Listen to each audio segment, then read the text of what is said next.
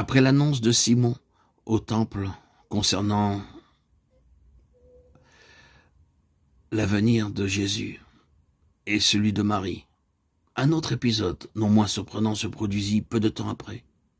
Il y avait, très loin de la Palestine, en d'autres contrées qui n'étaient point habitées par des Israélites, des hommes très sages, très savants, qu'on appelait chez les Perses des mages. Leur grande spécialité était d'étudier le ciel pour tâcher d'y découvrir les volontés divines. 3 d'entre eux, en regardant avec beaucoup d'attention et de science les mouvements des astres dans la merveilleuse transparence des nuits d'Asie, se rendirent compte qu'un fait extraordinaire venait de se produire loin de chez eux, du côté de l'Occident, et que ce fait était la naissance d'un enfant promis à un très haut destin. Suivant donc les indications qu'ils lisaient dans le ciel, ils se mirent en route, allant vers le couchant.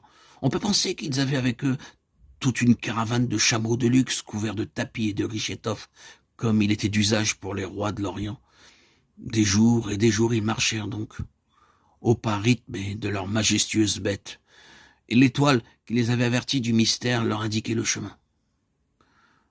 Ainsi arrivèrent-ils en Palestine, où ils cherchèrent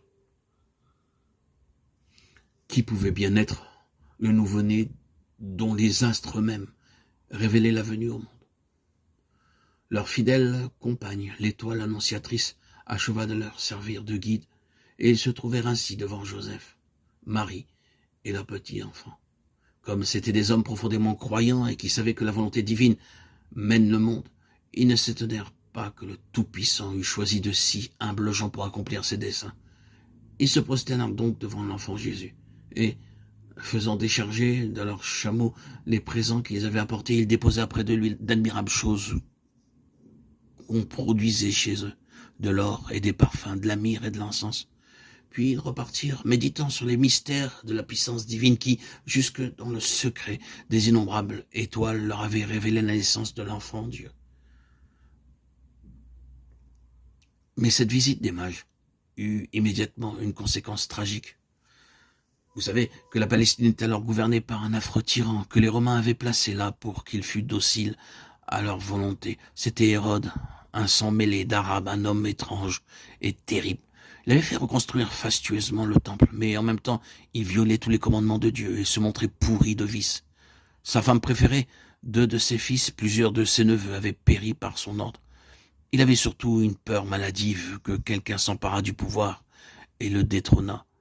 Quand les mages étaient arrivés en Palestine, par politesse, ils étaient allés saluer Hérode, et ne se rendant pas compte exactement de ce que serait le nouveau-né que les astres leur annonçaient, ils avaient dit au tyran, où donc est le roi des Juifs qui vient de naître?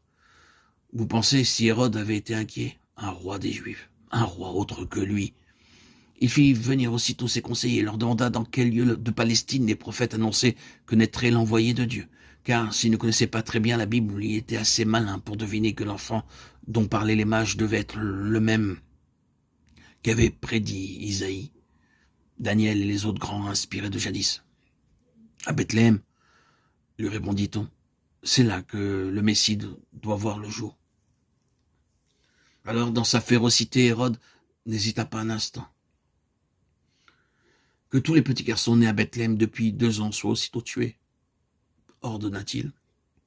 Ainsi fut fait, ce fut le massacre des enfants innocents, qui fut atroce. Bethléem devant compter alors environ 2000 habitants, ces petits martyrs duraient au moins 30 petits corps fracassés, 30 mères sanglotant sur leurs cadavres. Mais le petit Jésus n'était pas parmi les victimes du tyran. Un ange en effet était apparu à Joseph et lui avait dit « Lève-toi, prends l'enfant et sa mère, fuis en Égypte et reste-y jusqu'à ce que je t'avertisse, car Hérode va rechercher l'enfant pour le faire périr. » Obéissant à l'instant même, Joseph était parti. Au long de la piste monotone et pénible qui traversait les déserts du sud palestinien, la Sainte Famille avait marché des jours et des nuits. Marie et l'enfant sur leur âne et le bon père, nourricier, allant à pied. Plus d'une fois même, ils avaient failli mourir de soif. Mais enfin le trio avait pu arriver en Égypte, s'y installer, attendre le temps nécessaire pour que le danger fût passé. Et comme peu de mois après ce dernier crime, Hérode dut aller rendre compte à Dieu de tous ses forfaits, averti de nouveau par l'ange que la mort du tyran écartait tout péril. Joseph peut reprendre le chemin de la Palestine avec Marie et le petit Jésus, qui avait alors entre 1 an et 18 mois.